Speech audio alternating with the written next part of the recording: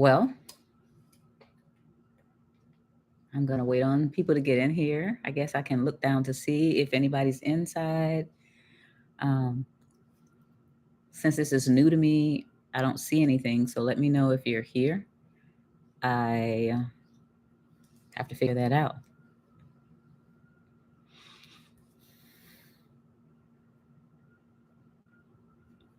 So to fill the time,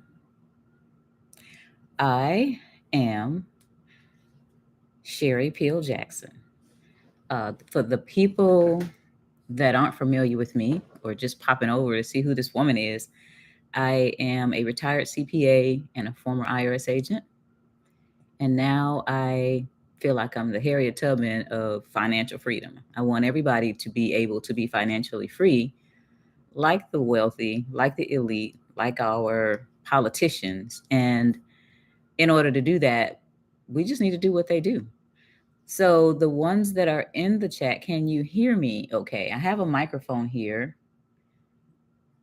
And my stream before, I said just do it. Well, I'm just doing it because I'm going to learn how to. I have a nice intro and a nice outro that somebody put together for me. And at some point, I'm going to learn how to put them in here. But for right now, we're gonna go for it. I have some information that I want to share, but just be aware that at some point during the stream, I want to ask you guys some questions because I kind of want to get a feel for how many of you are interested in learning the things that I desire to teach. So one of my mentors basically says, don't try to teach what you know, teach what the people need and want. So today, I wanted to start out by talking about what happened in 2008. In September, I believe it was September, October 2008, the stock market went down 777.68 points in one day, and Americans lost $10.2 trillion in savings. It didn't just disappear, it went to the banks that were too big to fail, it went to foreign banks, and it went to pay off the corporate executives that caused this failure. There's a great movie out there called The Big Short. And if you haven't seen The Big Short, you might want to go look at The Big Short. It'll explain what happened in 2008. And the reason why I think it's important is because we're about to have that situation again. Now, along the line of, I think maybe 2012, 2013, I started noticing some things about the commercial real estate market. The commercial real estate market, I said back then, mark my words, it's going to go down too. How many of you, put a one in the chat if you have seen rows and tons of different office parks with for lease, sometimes whole ones, just nobody in there? That is something that I see pretty frequently. And I started seeing it, I started paying attention to it in, I guess, maybe 2012, 2013, but it's still happening. So I have a little article that I got from the Daily Mail, and I'm going to read some of it and make some comments about it because it does affect our finances. Anytime there's a shakeup, an upheaval in banking, it will affect us, and normally it's going to affect us negatively. So this article is called "The Zombie Office Time Bomb." Commercial real estate foreclosures jumped 117% in March, as experts warn it could trigger the next banking crisis. We don't need another banking crisis. We really don't. Unfortunately, we're not in control of that, but we are in control of what we can do about it, which we'll talk about later on.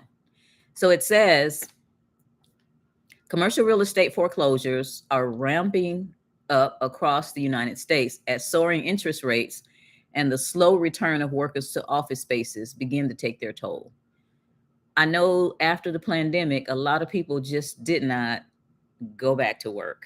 Nobody wants to go back to work. When they realized that they could do the same work at home, some people weren't doing the work, but those that were, it's like, why do I get in the car and drive 45 minutes or an hour and a half each way to an office when I can do this work at home? Some employers even threaten the workers, if they didn't come back, they're going to lose their jobs. But a lot of them said, hey, it's really cheaper for me for them to stay home also. So what they did is, the ones, some of them had a merit system. They have a monitoring system to make sure that you're not at home doing something else, like taking care of the children while you're supposed to be working. But a lot of people are more productive when they don't have to be in an office setting. So a lot of the companies are satisfied with it. However, it did cause a problem with these empty buildings.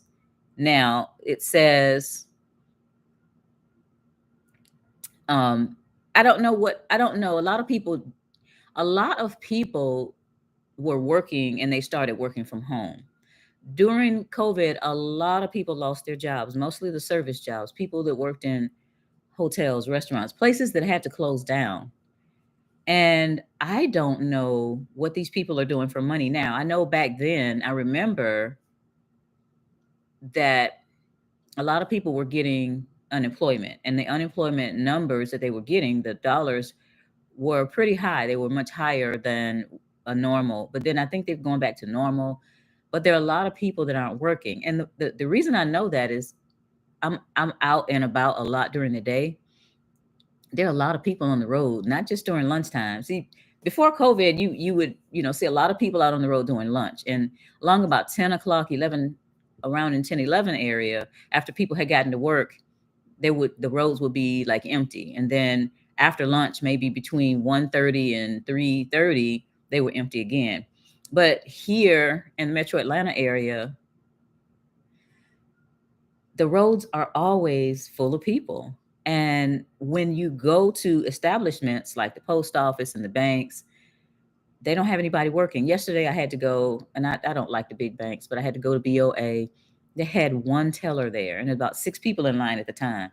I have been in there before where there were 15 people in line and 2 tellers. And I don't get angry at them. People are fussing and cussing. And I get up there and I say, thank you for coming to work today. Just because they came to work.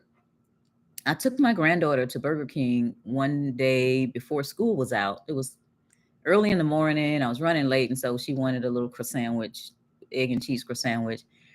And literally, it was like 7:30, and there were 2 people in the Burger King working. The person that was working the cashier in the drive-through, and the person that was cooking, which is kind of scary. Both of them were guys. And when I drove up, he made a mistake with my order, and the charge was too much, but he couldn't get in the cash register to give me the right amount. I said, oh well, it's a dollar or two off, but what's going on? Why are there only 2 of you here? And he just said, people don't want to come to work. And I said to him, just curious, he was a younger guy, maybe in his late 20s, maybe mid 20s. And I said, I see people on the road all day, every day. How are they getting money? They're at the malls, they're at stores. What are people doing for money? Because I thought that unemployment kind of ran out or either went low. He looked me dead in the eye and he said, they're scamming. I was not expecting that answer. I really wasn't. But it's just interesting how many people are out on the road. I'm going to go over and look at some of the, I'm looking at some of the comments. I'll learn how to do that better. I am curious to know if you have the alloidal titles of your properties and if you will be discussing the mortgage fraud so many of us are aware of. There'll be different topics. We know that there's mortgage fraud going on. There's a lot of it going on. Specifically, people taking people's houses. I do not have a alloidal title. It's almost impossible to get that. Usually the people that I know that are dealing with trying to get a alloidal title, their families have had that property. First of all, it's usually not in a metro area. The families have had the property in their family for years and years, and they can go back and show certain types of records. But no, I don't. And I don't know where else in the world it would matter, but it does matter here. Let's see. Yeah, I see a lot of storage facilities. There are a lot of storage facilities also. I hear that I just saw an article the other day that said that people are foreclosing on their storage payments. So what I see happening is after 30, 60, 90 days, I don't know the time period, the owner of the storage company will break the lock and sell whatever's in there. And I've heard of people going to these sales where people have abandoned their storage units or had not paid for them. So there's a lot of crazy, crazy stuff going on. But getting back over to the article about the commercial real estate, listen to this. This is stunning.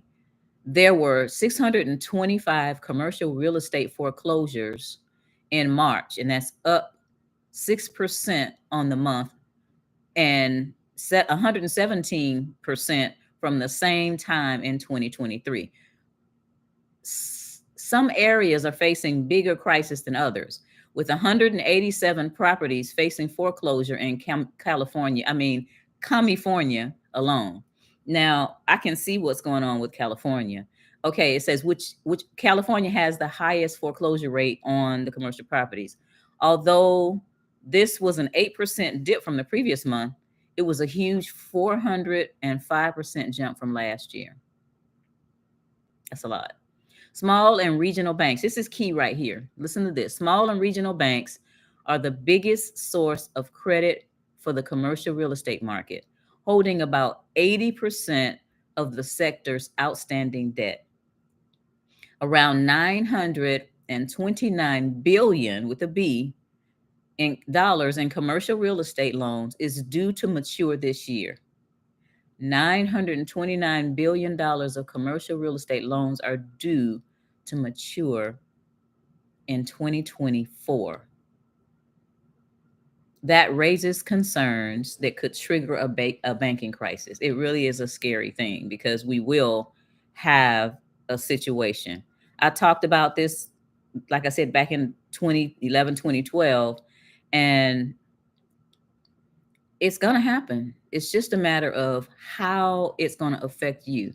So if you are a member of a small regional bank, if that bank, if people that own these commercial real estate buildings foreclose, that bank's going to be in trouble, and then that's going to cause a cascade. It started out in California, remember last year, in Silicon Valley with Silicon Valley Bank. And I don't know if you guys were aware, that made a big story, that made headlines. But there were three other banks that also went down last year. They don't talk about it. They don't want to tell you what's going on. I believe that they think that we are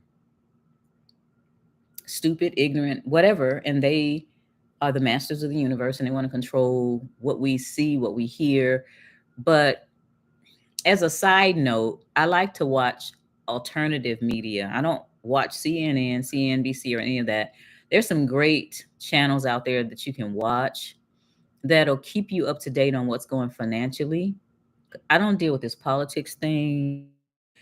Things come across my computer from people about the presidents and the ex-president and all that other stuff like that. I kind of brush through that. I filter my news through what's going on that's going to affect our finances. And this commercial real estate foreclosure situation, we need to cut it off at the pass as far as it affecting our finances. You know what? Someone made a comment. I wonder if some people are living in their storage facilities. I did see a whole video on a couple that was living in their storage facility. They were living in there.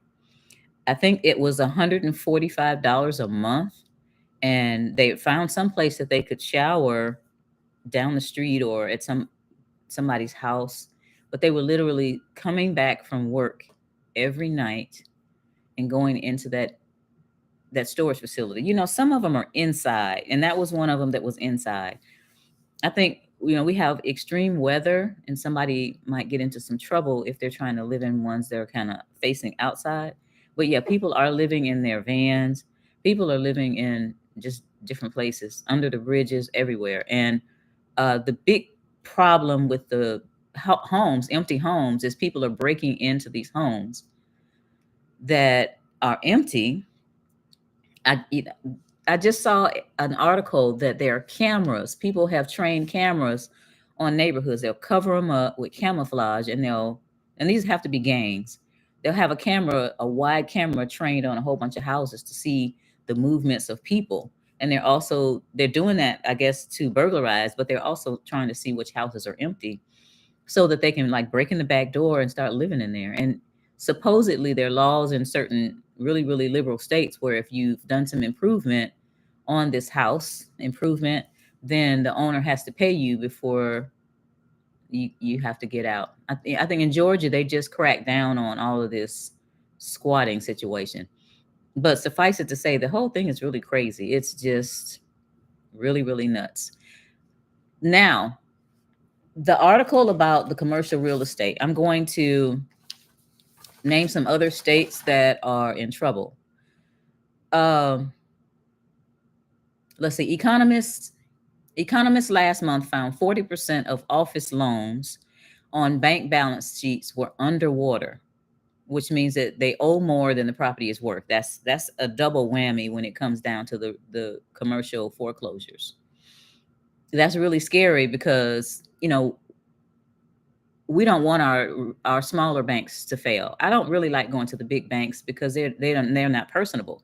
The smaller banks are personal. I'm a member of a credit union, and I know back in the day, I needed a quick loan, and they gave me a signature loan just because I was a member there. Because I've been a member there since 1980. Some of you probably weren't even born in 1980, but I've been a member there since 1980, and but a big bank's not going to do that. Now, California, which was at the epicenter of the regional banking crisis last year with the collapse of Silicon Valley Bank, is at the forefront again with the commercial property. According to Bloomberg, almost a third of the state's 127 registered banks have property debt above the 300% level. This is crazy. San Francisco and Los Angeles, in particular, have been hit hard by companies abandoning office space amid a rise of remote work and slow return of staffers after the pandemic. They left off one of the reasons why these buildings are empty in LA and in San Francisco. Somebody tell me in the chat, what's another reason besides the fact that people haven't gone back to the office? Why are the buildings in downtown LA and San Francisco abandoned? Why are they empty now? I'm waiting on somebody to do that. Because there's another reason. And I'm looking in the chat to see if anybody knows why downtown LA and downtown San Francisco almost look like ghost towns right now because of something that's going on mostly in California, but also in New York. And I don't know whether the chat moves. Yeah, there it goes. Election season. Okay, that company. Why are the companies closing? The companies are closing. Why are they closing? There's something going on in these larger cities that is causing lots of companies to close. I think that Walgreens has closed thousands of their stores. Crime. And what's bringing the crime? It's crime. Yeah, it's crime. What is bringing the crime to these larger cities? An influx. He said liberals. What have liberals done to make the crime rate? They lower the property values, but there's yeah, they do that. That's a strategy. There are people that will do things to lower the property values and then buy the property cheap. They want the property, they do something to make the property go down. Hint, hint, Hawaii, and then they get the property. Hint, hint, New Orleans. Somebody said it's bad in Denver. Cecile, you got it. They have a flood of migrants that are living on the streets. They're literally defecating in the streets, and LA, really all along that Pacific Seaboard, even up in the SeaTac area, Seattle, Tacoma, all the way down.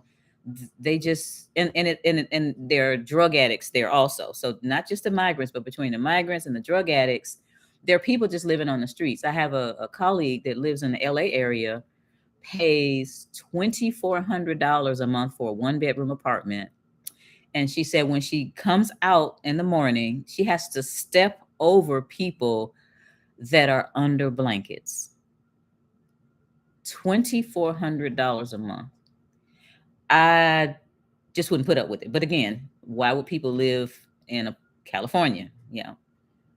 Hats off to you all that are trying to stay there. But anyway, that's what's going on. So it says alongside California, there's New York, which we knew.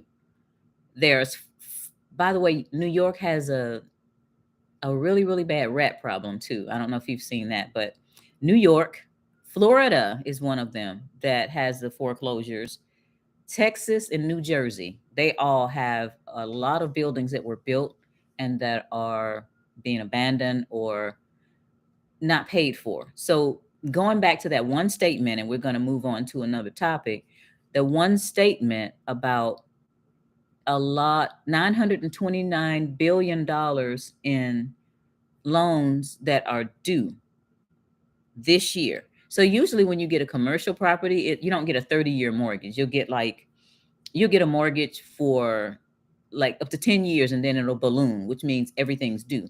What people usually do in that case is after the 9th year, then they start to get ready and they refinance it because the banks with their dastardly selves don't want to get locked into a lower interest rate and have it for 30 years. So some of them are even 5 years. So you've got a commercial real estate property that you have a 9% interest rate, but you only have that for 5 years. And then at the end of that 5 years, you got to pay the whole loan or refinance. But when you refinance, maybe the interest rates are 12. You got to pay 12.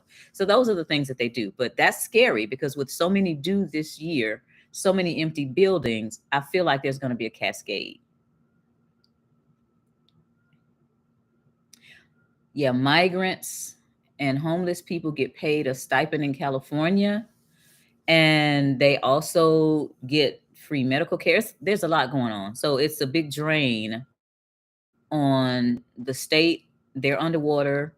Obviously, New York is underwater, and other states are fighting to stay out of a situation. I did hear that Colorado was one, and I did hear that Denver was an issue. Costa Rica is still worth moving to, and is so okay. Is Costa Rica still worth moving to? And if so, how much money should I bring? That's kind of that's a loaded question as far as how much money you should bring. Of course, Costa Rica is still worth moving to. For those of you that didn't catch my impromptu live the other night, I did buy a home in Costa Rica. I have been going back and forth to Costa Rica since January of 2018, when one of my clients in 2017 introduced me to Costa Rica. So I fell in love with Costa Rica, specifically the east coast of Costa Rica.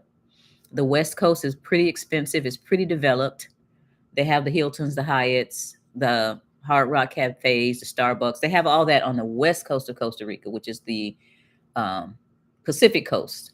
On the east coast of Costa Rica, which is the Caribbean coast, it's different. It's kind of like the stepchild of Costa Rica. Beautiful Caribbean blue, just jungle. I live in the jungle, guys. But when I go, it's just so much peace.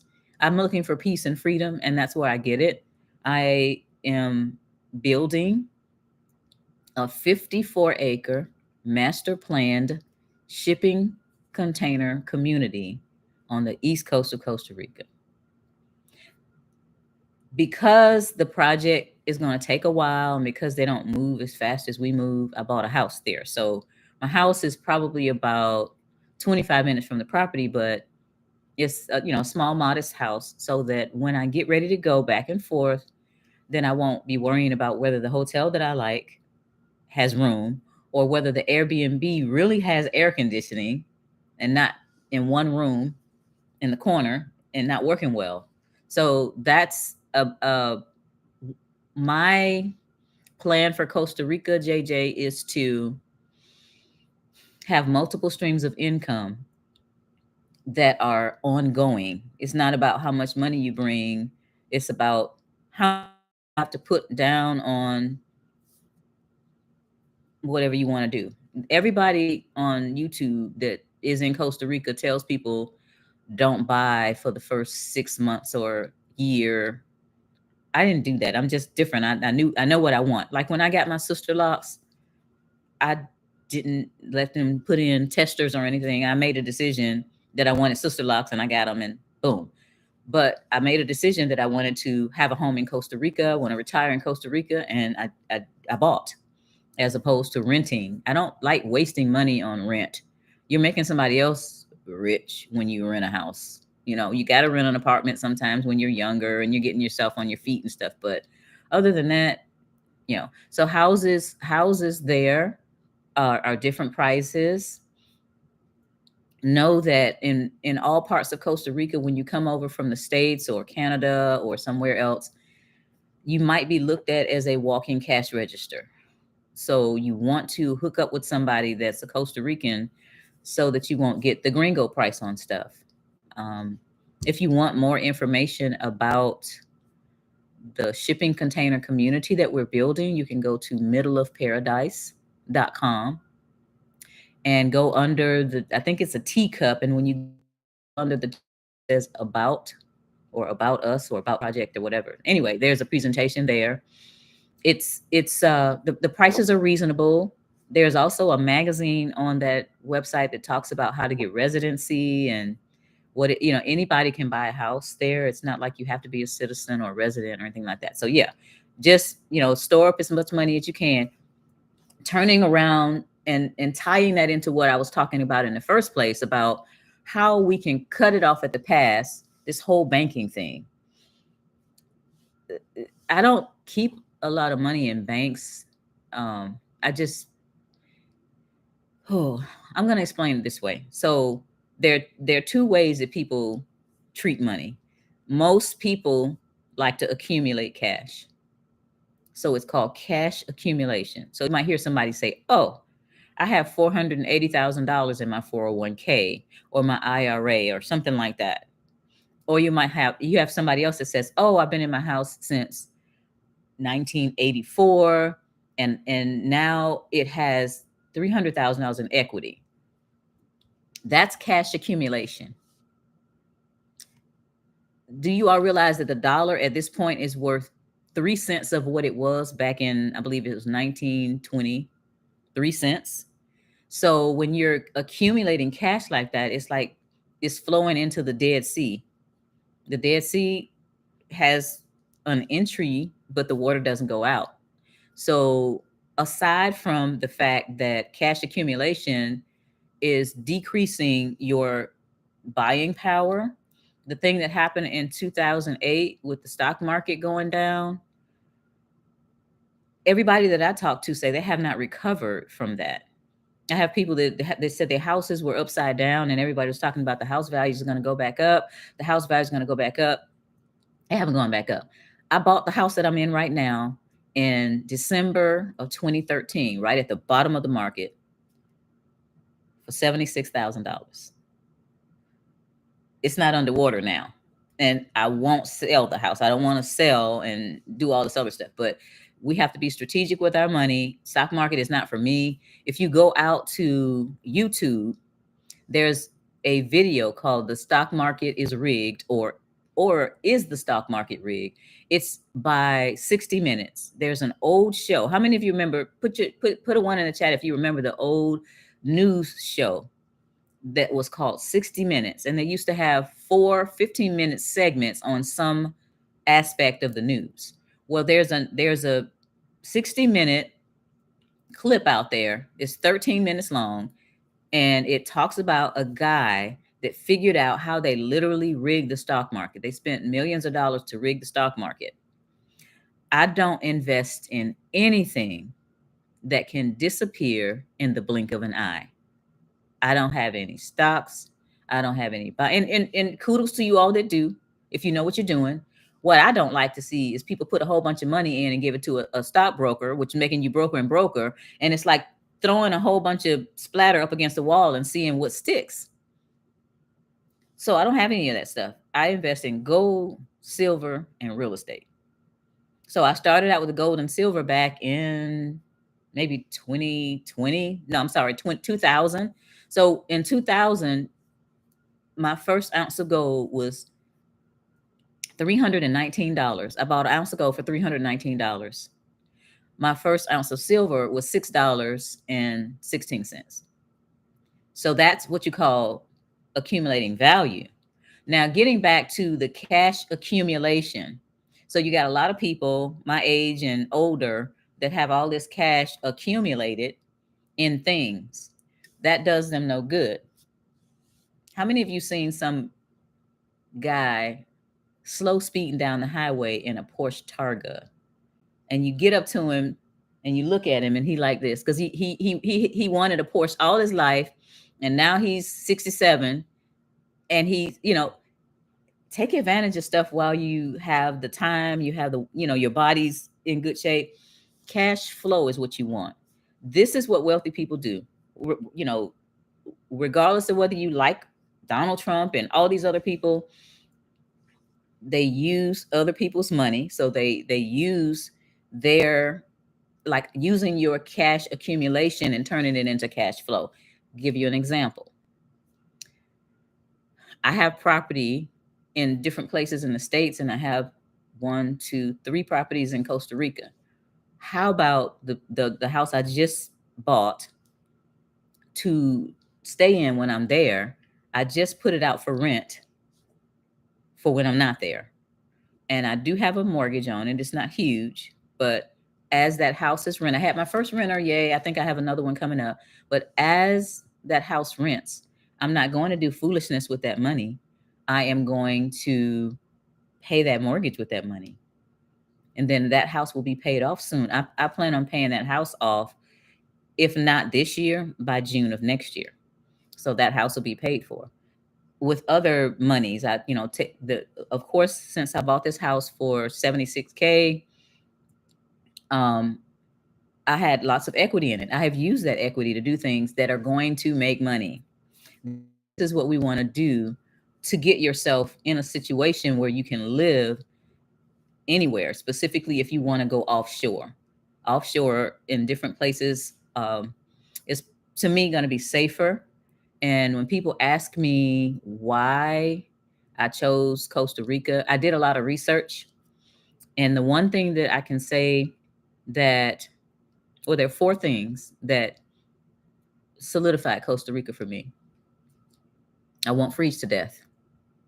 Now, on the east coast of Costa Rica, there's a different climate. They have 7 different climates. On the west coast, they have a dry season where stuff burns up, and they have a rainy season, just like in California. But on the east coast, it's tropical. So if you all are familiar with the way it is in Georgia and Florida, it might be 90 degrees, and then at 4 o'clock, the heavens open and it starts raining, and it rains for a couple of hours and it stops. And then you see the smoke coming up on the street, and then it's dry again. So the rain is constantly there. And the temperatures range between, let's say, 75 and 95 and there's a constant breeze, of course, because you're over there. So that's the climate over there. So I won't freeze to death over there. Like the people that had the war, this proxy thing going on in Ukraine and Russia and all that last winter, a lot of people lost their lives because they froze because of the pipeline and they didn't have gas. So I won't freeze to death. I won't starve to death. There's at least 60% of the trees in, at least on the Caribbean coast, that have something falling off of them that I can eat, or I can go up and get off the trees. I mean, from jackfruit to coconut, what they call them, pipas. I love mangoes, y'all. I can devour a mango. That I won't freeze to death. I won't starve to death. Now there's fish within 15 minutes of anywhere you go. And one of the fellas down there said he's going to teach me how to fish, not with a reel, but with nets. So there's a way you position nets, and there's times that you go out there and do that. and catch a whole bunch of fish at one time. That's what I like. I'm going to go back in and see. Oh, I'm in Egypt right now. Excellent. Nuclear Visions. That's on my list to visit. Egypt is on my list to visit. Let's see. 3-bedroom house in Costa Rica. I have a 3-bedroom house. I want to say some people it'll be 75 to 150 depending on where it is and how close it is to water. I'm about 2.5 miles from the most popular beach in Viejo. Puerto Viejo. I'm not in Puerto Viejo, but I'm about 2.5 miles from there. Let's see. Why do you stay there? Where would you suggest to move to? I don't really make suggestions for people. It depends on, what you like. A whole bunch of people told me they are not coming to live in my community because they don't like the heat. People from the north. Excuse me. People from the north may not want to move there if heat is not your thing. People are moving to different countries. There are a lot of people that are moving to places like Portugal, Mexico. It just depends on you. Now, hold on. There we go. Let's see. Why do I stay there? So those are my reasons. You won't freeze to death. You won't starve to death. You got fish. And people have real chickens that don't have all of the hormones in them. They're in the backyard eating worms. And then when you get ready to eat a chicken, you just and put it, cook it. Another thing is I thought about going transatlantic, back to the continent, but the lack of development and also a lot of graft, and my family would literally be able to drive down to Costa Rica if they decided to come at some point or another, if things got that bad or they just got fed up and there was no air transportation, or if the air transportation costs were too astronomical, whatever. You can literally drive through Texas, down through Mexico, all the way down into South America. So those are my reasons. Let's see. My part of Brooklyn used to be great. I may have to rent one of your properties. Yeah. So I have to be clear, the house is there, but the other two properties I have, they're land. So we're doing Middle of Paradise Beach and Middle of Paradise Hills. Right now, Middle of Paradise Hills is not available because several families purchased it, and we're working on getting that done. But the beach one is the one that's the 54 acres that we're doing. And most of the information you can find, and there's some contact information if you want to ask questions on middleofparadise.com. So let me go down. What should we do it with cash in banks, and what's the most amount we should keep in banks? That also depends. One of the teachings that I did, it's like your stair step to wealth. So we start out with assurance. Assurance is at least 6 months of living expenses. So somewhere you need to keep 6 months of living expenses.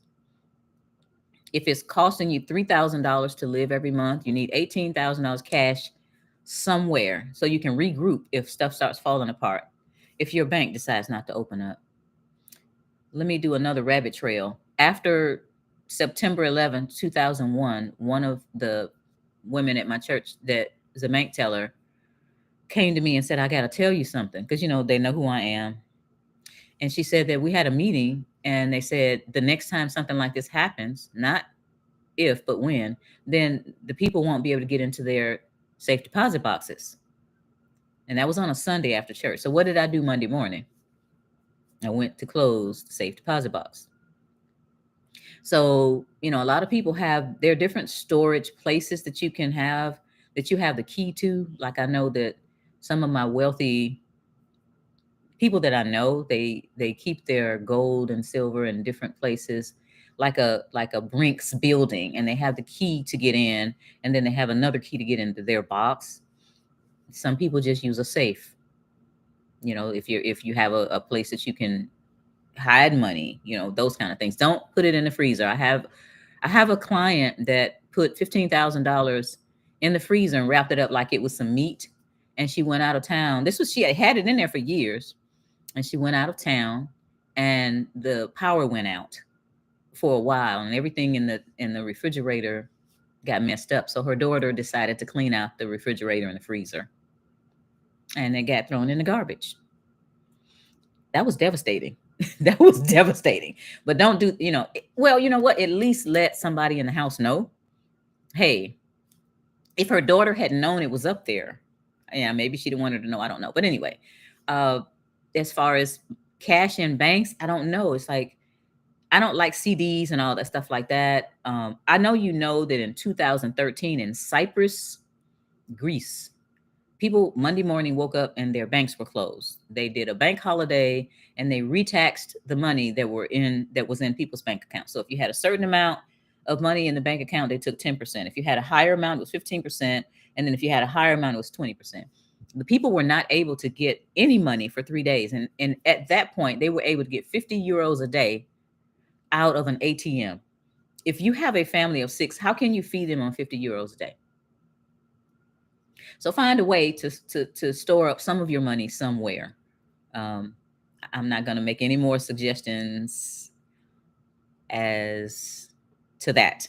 Going down to the next one. What about bugs? Oh yeah. So yeah, and I don't have any over here with me, but there's this great spray called Repel. I get it off Amazon, and sometimes they have it in Walmart, but it's a natural spray with no DDT or any of that in it.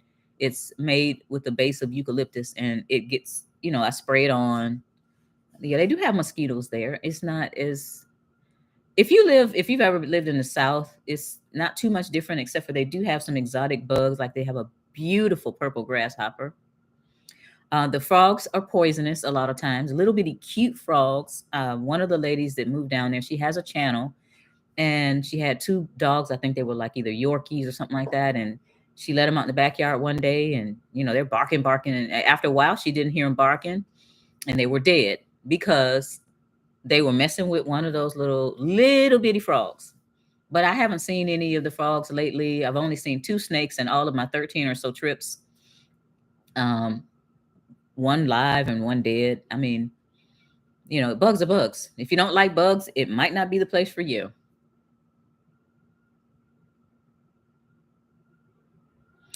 What would you recommend a person do who has an installment payment to pay back taxes? Payment is auto withdrawal. Ooh. So I don't like installment payments. It's like slavery because they charge you penalties and then interest on top of the penalties. So I would try to crank up a business and get them paid off. Or if your finances are in such a really bad place right now, there's something called an offer in compromise. And I noticed that when people talk to me about tax debt, they have gone to these other people that you hear on the radio or on television. I'm not going to name them names because I don't even remember them, but they'll charge you like $1,500 to $2,500, and they're supposed to get you pennies on the dollar, blah, blah, blah. And they've got this former IRS person or an attorney or somebody on a commercial, but that's not the person you get to deal with. You get to deal with somebody else in the office that might not know what they're doing. And one of the ladies came back to me and had paid them $1,600. And she said, they came back and said, congratulations, we got you a $250 a month installment agreement. And she said, there's no way I can pay that. And she was upset. She didn't have any more money. She couldn't pay me because she spent the money on them. So I basically told her what to do on her own. And she got a $50 a month installment payment. I don't like it, but if you have to do it, go ahead and start something on the side. And I'm not being critical of people, but we have a lot more time than we realize to go and make some more money. I'm the type person that I'm driven, and I make sure that you all know, the ones that know me know I don't watch TV. I just don't have the time to make somebody else rich. So I'm constantly thinking of ways to grow my business and help other people grow their businesses. So my concentration now, this is where my practice is going. People that have a job, there are 2 areas. People that have a job that want to start a business. There are a lot of people getting pink slips these days. It's like a whole bunch of companies are laying off thousands of people at a time. And A lot of people in tech and in management are really kind of on pins and needles about getting a pink slip. So I help people start businesses, and those who have businesses, I help them grow their business. In other words, there's something that's keeping their business from going up. Is it that they're paying too high taxes? Is it that they don't know how to, is their business not structured properly? That can be a hindrance too. So those are the areas that I concentrate on: people that have jobs, that want to start a business. You got to start a business doing something. And I probe the person. I don't just have cookie cutter businesses. Somebody says, well, what are some great businesses to start? It depends on you. I wouldn't tell a person that is a vegan to start a restaurant, a ribs restaurant, those kinds of things. So we have to probe that. My clients, we sit down regularly and we go all the way from what the business is to how to market it, who is your target audience, and all those kinds of things, so that you can grow the business. Okay, that was that question. I got the bug question. A lot of long-term investors made money from the stock market. Most people don't research and just follow blindly. That's true. But even those people, there are a lot of people that follow certain people with insider information, like Nancy Pelosi. They've got a whole group of people that are following her because she has insider information. And I'm not saying you can't make money in the stock market. I'm saying that it's still a risk, because somebody, even if you're doing it, unless you are investing in specific companies, when you're in the stock market, there are a lot of risk. There's another movie out there called, oh my goodness, what is the name of that movie? And it's a documentary about a guy that used to work in Wall Street, and he basically is telling us this whole thing is not that the stock market is rigged, but the means behind it could have us losing our houses and things. I'm going to think of the movie. If I don't think of the movie before we get off, then I'm going to put it somewhere in the chat. So I lived in Colombia and Curacao before moving to Egypt. Well, so you live there permanently. So there are a lot of people that are moving out of the States. I know people that only visit the States. They haven't lived in the States for 13 years. And they come back to visit family every once in a while, or they just don't come back at all. It's the people in the United States, because I can't assume everybody here was born and raised in the States.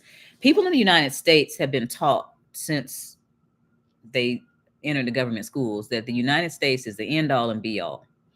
And until you've traveled to other countries, you might think that, based on the propaganda that they put on the electronic income reducer called the television. But there's such beauty and peace in other countries. A lot of people here that move to other countries, one of the things that they say is that I have so much peace now.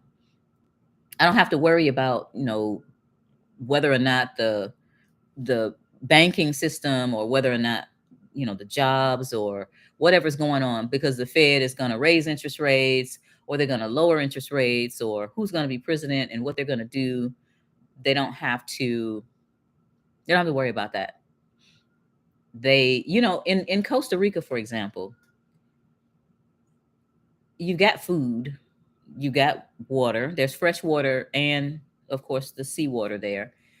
And you don't have to be stressed about anything. If I'm hungry, I can go right across the street from the house that I got is a grove of cacao trees. That's the chocolate. And I go down the street, there's mangoes. I've got one guy that has a house there, we call it the Garden of Eden. He has at least 25 different fruit in his yard. And they're fruit that they have that we don't even have, that are really, really good. So they find peace and freedom. If you ask me, the roughest thing that I have to deal with in Costa Rica is the banking. The banking is very interesting. So what kinds of business ideas do you think are good for Costa Rica? Okay, good question. It depends on where you are in Costa Rica. So I can specifically speak to the Caribbean coast of Costa Rica. And before I go there, let me explain a little bit about the Caribbean coast of Costa Rica. The Spaniards came over and they came to the Caribbean coast. They built the port of Limon. That's the capital area of the east coast of Costa Rica.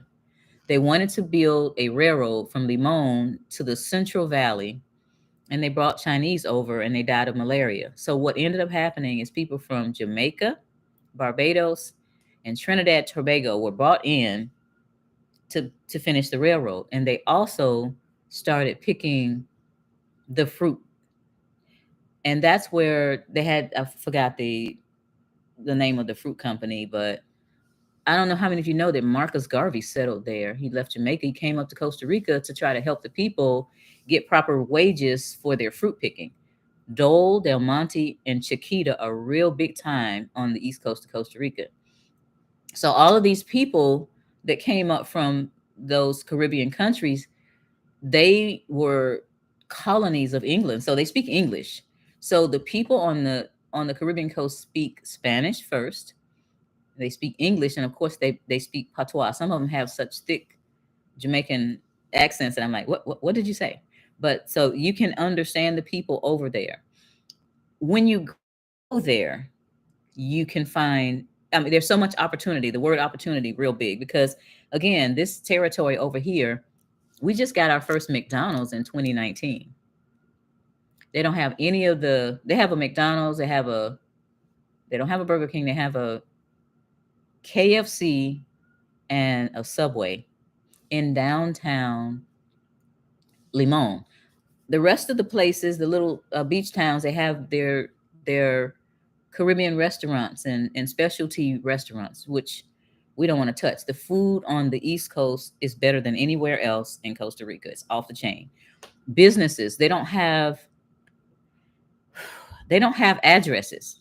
In downtown Limon, you have avenues and streets. So Avienda 6 or Calle 4, that's it. But when you go out, you don't have streets. So when I stay at the Coweta Inn in Coweta and I wanted to mail them something, they told me to put Coweta Inn 50 meters from the police station, Coweta, Costa Rica. So one of the businesses would be to build some kind of a UPS store, so that when mail came, the you could you would know where your mail went, because I've mailed things there before that never made it.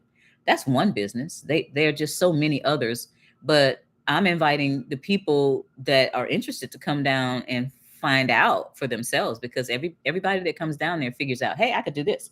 Hey, I could do that. They don't have Amazon doesn't deliver there, and because everything is so expensive to ship. So shipping could be something that you might want to do. So just so many of them. Okay, I'm Jamaican and my husband's house land in Jamaica is full of fruit. He has friends that are farmers. Cannot go hungry. You can't go hungry. I mean, unless you're just really flat out lazy, you won't go hungry. And the way things are here in the States, how many of you, put a one in the chat if you know that at least 20 food processing companies or buildings have been destroyed by fire or otherwise in the last 18 months?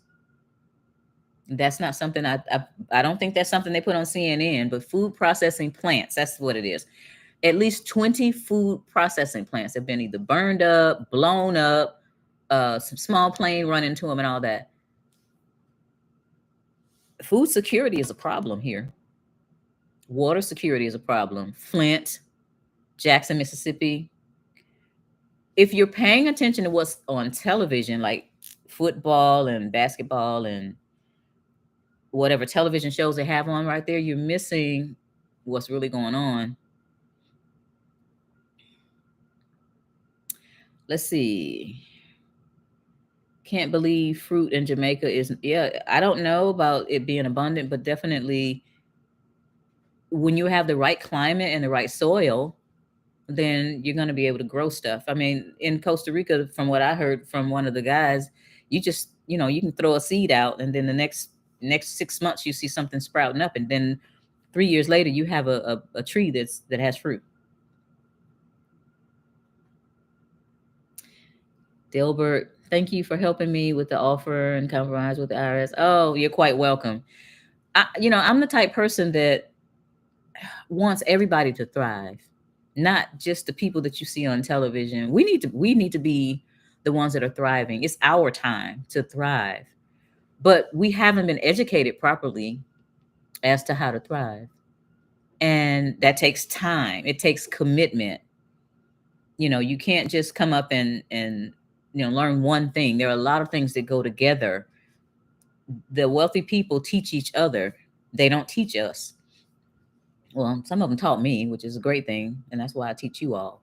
But there are ways that you can elevate yourself and thrive. My main thing, and you all that know me well enough know, it's to start a home-based business. You've got to start a business.